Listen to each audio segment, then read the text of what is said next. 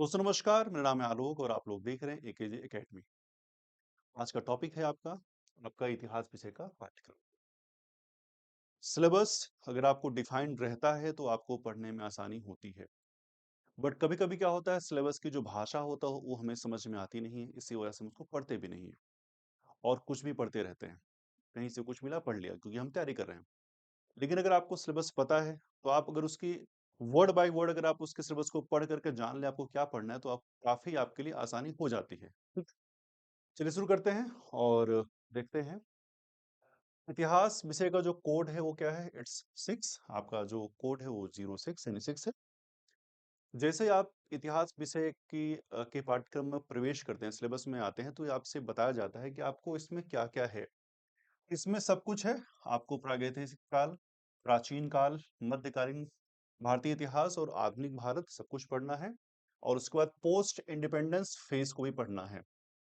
और इसके बाद इतना ही नहीं, आपको आपको पढ़ना है हिस्टोरिकल मेथड, रिसर्च मेथोडोलॉजी, ठीक है? और उसके बाद यहाँ पर आपको इतिहास लेखन भी आपको पढ़ना है, ठीक है? इतिहास विषय बहुत बड़ा है, इसलिए इसको 10 यूनिट में डिवाइड कर दिया गया है कि आपको 10 यूनिट में इसको पढ़ना है, ठीक है? और जो भी यहाँ पे लिखा गया है, फिर आगे बताया हुआ है कि जो भी यहाँ पे चीजें हैं, ये आपको बताएंगे कि ये कितना बड़ा सिलेबस, कितना व्यापक है, ठीक है? चलिए आगे बढ़ेंगे यहाँ पे हम लोग। अब जैसे यहाँ पे आएंगे, हमारा कॉन्सेप्ट है, आइडिया और टर्म्स है। ये सब कुछ आपके एंशियंट, मिडिवल और मॉडर्न हिस्ट्री प्लस आपके जो रिसर्च वाले पार्ट हैं उसमें से ये सब टर्म्स उठाए गए हैं। इनसे डायरेक्ट सवाल भी पूछता है तो आप इसको भी पढ़ के जाएंगे कि भारतवर्ष, सभा समिति क्या है, वर्णाश्रम क्या है, वेदांत, पुरुषार्थ, ऋण, संस्कार, ये सब क्या है यहाँ से यहाँ तक। और लास्ट यहाँ पे खत्म होता है ये, ठीक है? इसको आप पढ़ के जरूर जाएंगे। अब जब आगे आएंगे यहाँ पे तो आपका कौन सा है यूनिट? अब शुरू होता है यूनिट 1, इकाई 1। अब इस इकाई 1 में क्या है? देखिए, नेगोशिएटिंग द सोर्सेस, यानी स्रोतों संबंधी वार्ता। अब स्रोत कौन कौन से होते हैं अगर आप ध्यान दें यहाँ पे, ये सब एंसेंट हिस्ट्री का पार्ट है। तो जब एंसेंट हिस्ट्री हम लोग पढ़ेंगे या कोई सब हिस्ट्री पढ़ेंगे आप, तो उसमें आपको सोर्स की जानकारी जरूर होनी चाहिए कि आपका सोर्स क्या है। अब जो सोर्स आपका है वो कहाँ कहाँ से आपको ये मिलेगा? अन्वेषण, उत्खनन, पुरालेख विधा और मुद्रा शास्त्र की जानकारी, यानी आपको ये न्यूमिस्मेटिक्स की भी जानकारी आपको होनी चाहिए।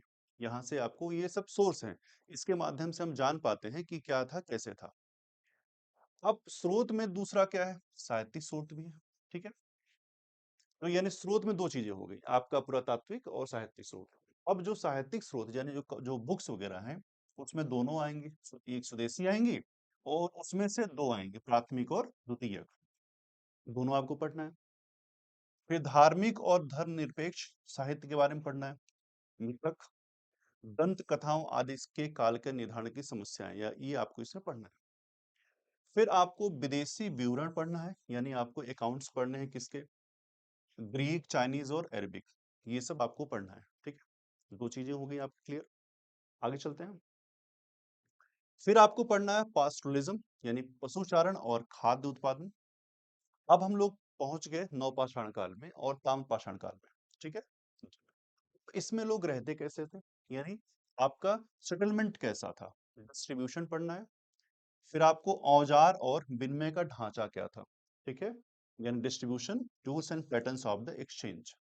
आप यहां तक जब पढ़ लिए, फिर नीचे आएंगे, आपको पढ़ना होगा सिंधु हड़प्पा की सभ्यता, यानी इंडस वैली सिविलाइजेशन के बारे में पढ़ना। अब इसमें सब कुछ पढ़ना है, तो उसका ओरिजिन क्या हुआ, उद्भव कहाँ से, उसका विस्तार कहाँ तक हुआ, एक्सटेंट कहाँ तक है, फिर उसके बाद उसका शासन क्या है, उसका पैटर्न क्या था, क्राफ्ट वहाँ का कैसा था, किसमें वो लोग स्पेशलाइज थे, फिर वहाँ का रिलीजन कैसा था, सोसाइटी कैसी थी, पॉलिटी वहाँ कैसी थी, और मोस्ट इंपॉर्टेंट थिंग, उसका डिक्लाइन कैसे हुआ, ठीक है?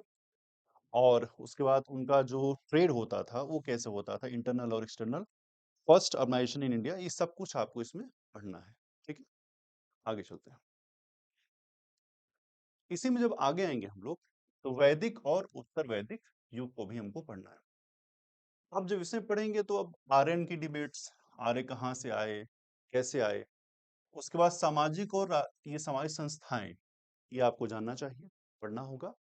राज्य संरचना और राज्य के सिद्धांत, वर्ण और सामाजिक स्तरीकरण का उद्भव, धार्मिक और दार्शनिक विचार आपको पढ़ना होगा। लौह प्रौद्योगिकी का प्रारंभ, दक्षिण भारत के महापाषाण भी आपको इसमें पढ़ना पड़ेगा। आगे चलेंगे हम लोग, राजशासन व्यवस्था का विस्तार।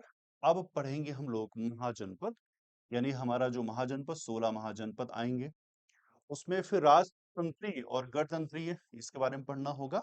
आर्थिक और सामाजिक विकास और 6वीं शताब्दी ईसा पूर्व में द्वितीय शहरीकरण का उद्भव, फिर अशास्त्रीय पंथ, जैन धर्म, बौद्ध धर्म और आजीवक संप्रदाय। इसमें हमेशा क्वेश्चन आपसे पूछता है कि बौद्ध धर्म और ये खासकर गौतम बुद्ध और आपके महावीर स्वामी से। यहाँ पे आपका यूनिट 1 खत्म हो जाता है। यूनिट 2 पे आएंगे हम लोग, तो उस पे क्या है, अब राज्य से साम्राज्य तक, अब छोटे से राज्य से अब पूरा एम्पायर हो गया, यानी यहाँ पे क्या है, फ्रॉम स्टेट टू एम्पायर। अब एम्पायर किसका है, देखिए मगध साम्राज्य, मगध का उत्थान, उन 16 महाजनपदों में जो सबसे ज्यादा इंपॉर्टेंट था मगध था, उसका उत्थान कैसे हुआ। फिर सिकंदर के अधीन यूनानी आक्रमण, सिकंदर ने यहाँ पर आक्रमण किया, ठीक है, फिर उसका प्रभाव क्या हुआ। फिर मौर्यों का प्रसार, मौर्यों की राज व्यवस्था, समाज और अर्थव्यवस्था, अशोक का धम्म और उसकी प्रकृति, ठीक है, हम लोग पढ़ते हैं। उसके बाद मौर्य प्रशासन का ह्रास और फिर उसका विघटन, फिर उसके बाद मौर्यकालीन कला और वास्तुकला, अशोक के राजादेश, वेरी वेरी इंपॉर्टेंट, हमेशा पूछता है इसमें। और जब इसके बाद नीचे आप आएंगे तो ये पूछेगा dissolution of the empire of and emergence of regional powers. सब चीज का, सभी का एक समय होता है, उसके बाद उसको जाना ही है। तो साम्राज्य का अंत हुआ। अब जब साम्राज्य का अंत हुआ तो जो क्षेत्रीय ताकतें थी वो निकल के आई, ठीक है। फिर आपको इंडो यूनानी पढ़ना है, जो फिर शुंग पढ़ना है, सातवाहन, कुषाण और शक क्षत्रप पढ़ने हैं। संगम साहित्य, वेरी वेरी इंपॉर्टेंट, आपको पढ़ना ही पड़ेगा। संगम साहित्य में प्रतिबिंबित दक्षिण भारत की राज्य शासन प्रणाली और समाज। फिर क्या पढ़ना है, दूसरी शताब्दी बीसीई से 3वीं शताब्दी बीसीई तक व्यापार और वाणिज्य, रोमन जगत के साथ व्यापार, महायान बौद्ध धर्म, हार्वेल और जैन धर्म का उद्भव, ये पढ़ना है आपको।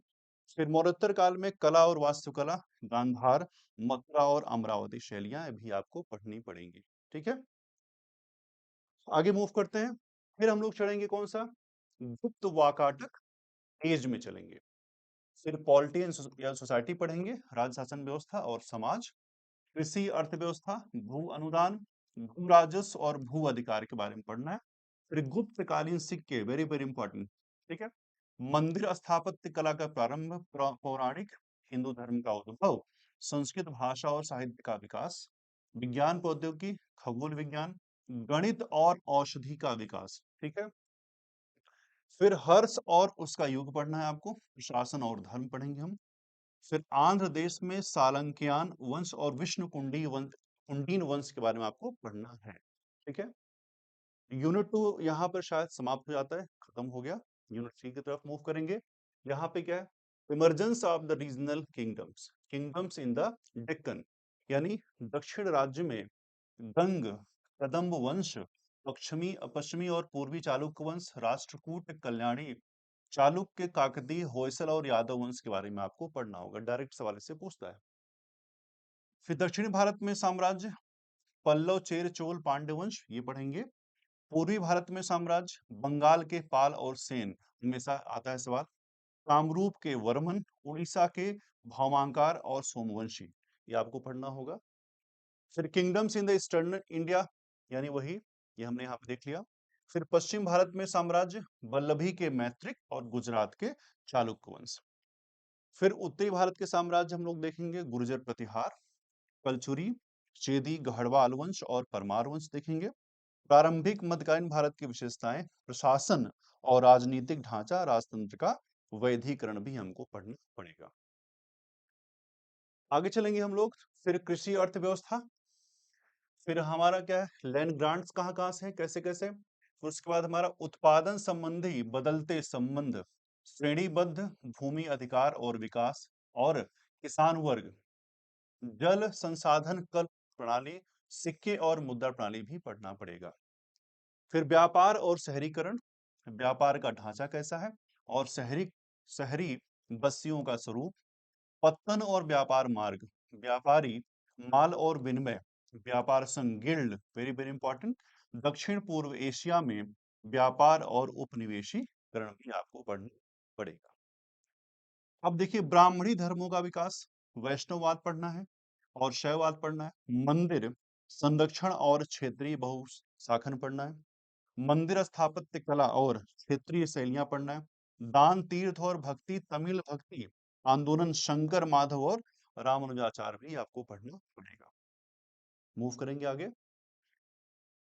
फिर जब आगे आएंगे तो समाज में पढ़ना है आपको वर्ण, फिर जाति और जातियों का प्रचुरोद्भवन और स्त्रियों की स्थिति, लिंग, विवाह और संपत्ति संबंध, सार्वजनिक जीवन में स्त्रियां, किसानों के रूप में जनजातियां और वर्ण व्यवस्था में उनका स्थान, फिर अस्पृश्यता के बारे में भी आपको पढ़ना पड़ेगा। फिर एजुकेशन एंड एजुकेशनल इंस्टीट्यूशन पे आपको पढ़ना है। फिर अग्रहार के बारे में आपको पढ़ना है। फिर आप पर मठ और महाविहार पढ़ना है। क्षेत्रीय भाषाओं का विकास आप पढ़ेंगे। प्रारंभिक मध्यकालीन भारत में राज्य निर्माण की चर्चाएं पढ़ना है। सामंत मॉडल पढ़ेंगे, खंडी मॉडल पढ़ेंगे और समन्वयी मॉडल भी आपको पढ़ना है। फिर अब देखिए अरब के साथ संबंध, यानी अब यहां से आपका मिडवल इंडिया शुरू होने वाला है। सुलेमान गजनवी विजय, अलबरूनी का यात्रा विवरण भी आपको पढ़ना पड़ेगा। 3 के बाद आप 4 पे चले आए। अब जैसे ही आप मिडल इंडिया में आएंगे, आप अब इसके बारे में जानकारी आप कहाँ से पढ़ेगी? देखिए यहाँ पे मध्यकालीन भारत का स्रोत क्या है, कहाँ से जानकारी मिलेगी? तो वही दो चीजें हैं, एक हमारा पुरातात्विक है और दूसरा हमारा साहित्यिक है। पुरातात्विक में वही है पुरालेखी और मुद्रा शास्त्रीय स्रोत, भौतिक साक्ष्य और स्मारक, इतिवृत्ति। उसके बाद जो हमारा साहित्यिक स्रोत है वो क्या है? फारसी, संस्कृत और क्षेत्रीय भाषाएं, दफ्तर खाना, फरमान, बहिया, पोथियां, अखबारात, विदेशी यात्रियों के वृत्तांत, फारसी और अरबी। फिर पढ़ेंगे हम लोग कौन सा? Political development. फिर इसमें क्या है? दिल्ली सल्तनत पढ़ना है हमारे पास, बोरीस के बारे में पढ़ना है, तुर्क और यहाँ खिलजीज के बारे में पढ़ना है, तुगलक के बारे में पढ़ना है, सैयद के बारे में पढ़ना है, लोधी के बारे में, डिक्लाइन ऑफ दिल्ली सल्तनत, ये भी हमको पढ़ना है। फिर मुगल साम्राज्य की नींव पढ़ना है हमको, बाबर, हुमायूं और सूरवंश, अकबर और अकबर से लेकर के औरंगजेब तक का प्रसार और सुदृढ़ीकरण हमको पढ़ना है। मुगल साम्राज्य का पतन भी हमको पढ़ना है। आगे चलेंगे हम लोग। फिर आगे है उत्तरकालीन मुगल शासक और मुगल साम्राज्य का विघटन। अब इसमें देखिए विजयनगर और बहमनी किंगडम, दक्षिण सल्तनत में बीजापुर, गोलकुंडा, विदर, बेरार और अहमदनगर, उत्थान, प्रसार और विघटन, पूर्वी गंग और सूरवंशी गजपति आपको पढ़ना है। मराठों का उत्थान पढ़ेंगे और शिवाजी द्वारा स्वराज की स्थापना, पेशवाओं के अधीन उसका विस्तार, मुगल मराठों के साथ संबंध, मराठा राजसंघ और पतन के कारण हमको देखने हैं कि इनका पतन क्यों हुआ। फिर 5 पे चलेंगे हम लोग, यहाँ पे है प्रशासन और अर्थव्यवस्था। सल्तनत के समय में प्रशासन का स्वरूप क्या था? राज्य का स्वरूप धर्मतंत्री और ईश केंद्रित, केंद्रीय, प्रांतीय और स्थानीय प्रशासन, उत्तराधिकार का नियम भी हमको पढ़ना है। फिर शेर शाह के प्रशासनिक सुधार, मुगल प्रशासन केंद्रीय, प्रांतीय और स्थानीय, मनसबदारी और जागीरदारी पद्धतियां हमको पढ़ना है। फिर दक्षिण में प्रशासनिक प्रणाली, विजयनगर राज्य और शासन व्यवस्था, बहमनी प्रशासनिक प्रणाली, मराठा प्रशासन, अष्टप्रधान पढ़ना है, अष्टप्रधान और एक अष्ट दिग्गज, ठीक है, एक प्रधान है। दिल्ली सल्तनत और मुगलों के शासनकाल में सरहद संबंधी नीतियां, सल्तनत और मुगलों के शासन में अंतर राज्य संबंध भी हमको पढ़ना है।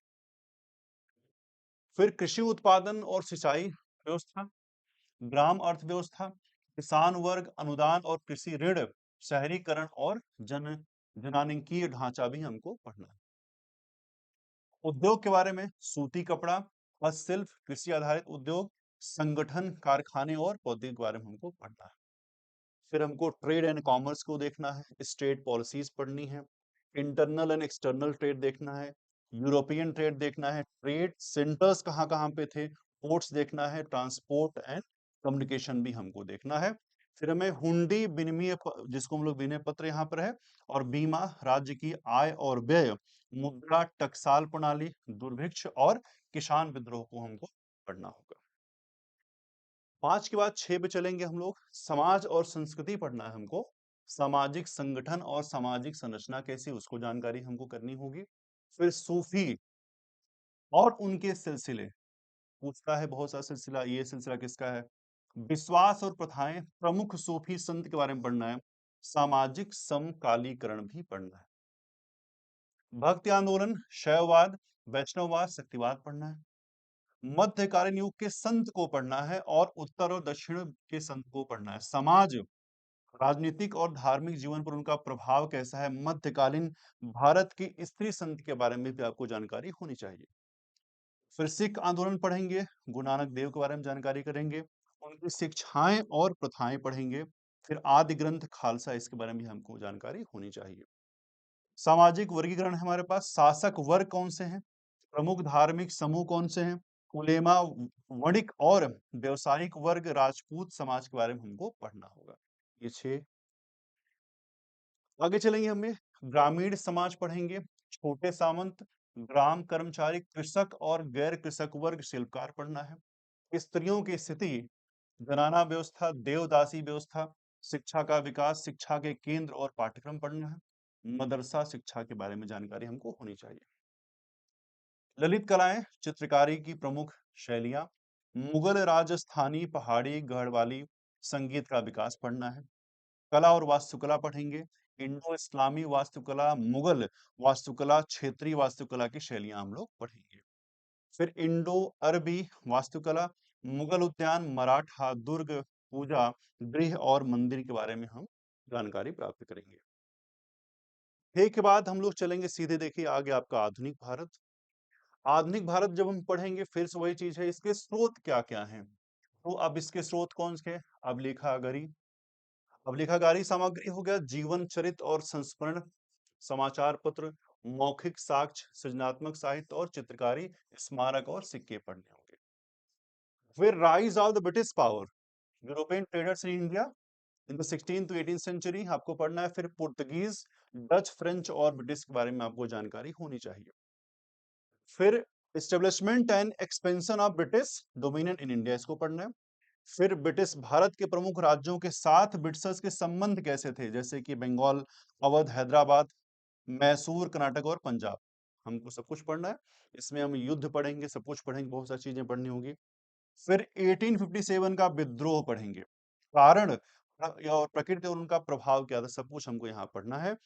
कंपनी और ताज, क्राउन का प्रशासन ईस्ट इंडिया कंपनी के अधीन केंद्रित था, प्रांतीय ढांचे का क्रमिक विकास, यानी 1773 से लेकर के 1858 तक का, जब तक कि ये आपका संग्राम या विद्रोह नहीं होता तब तक का हमको पढ़ना है।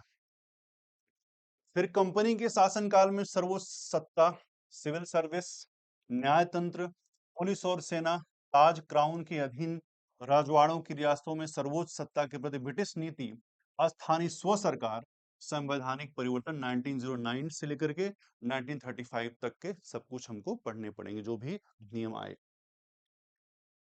अब 8 पर पहुंचेंगे, तो यहाँ पर क्या है, उपनिवेशी अर्थव्यवस्था, बदलती संरचना है, व्यापार की मात्रा और दिशा, कृषि का विस्तार पढ़ना है तथा वाणिज्यीकरण, भू अधिकार, भू बंदोबस्त, ग्रामीण शरणग्रस्तता, भूमिहीन श्रम, सिंचाई और नहर व्यवस्था हमको पढ़ना है।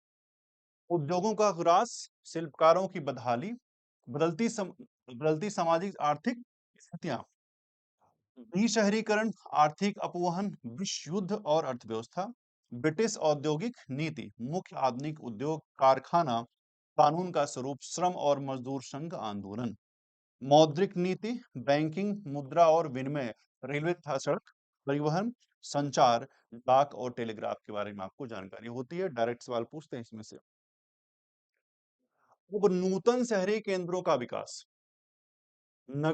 आयोजन और स्थापत्य की नूतन विशेषताएं, शहरी समाज और शहरी समस्याएं, काल, महामारी और सरकारी नीति, जनजाति और किसान आंदोलन।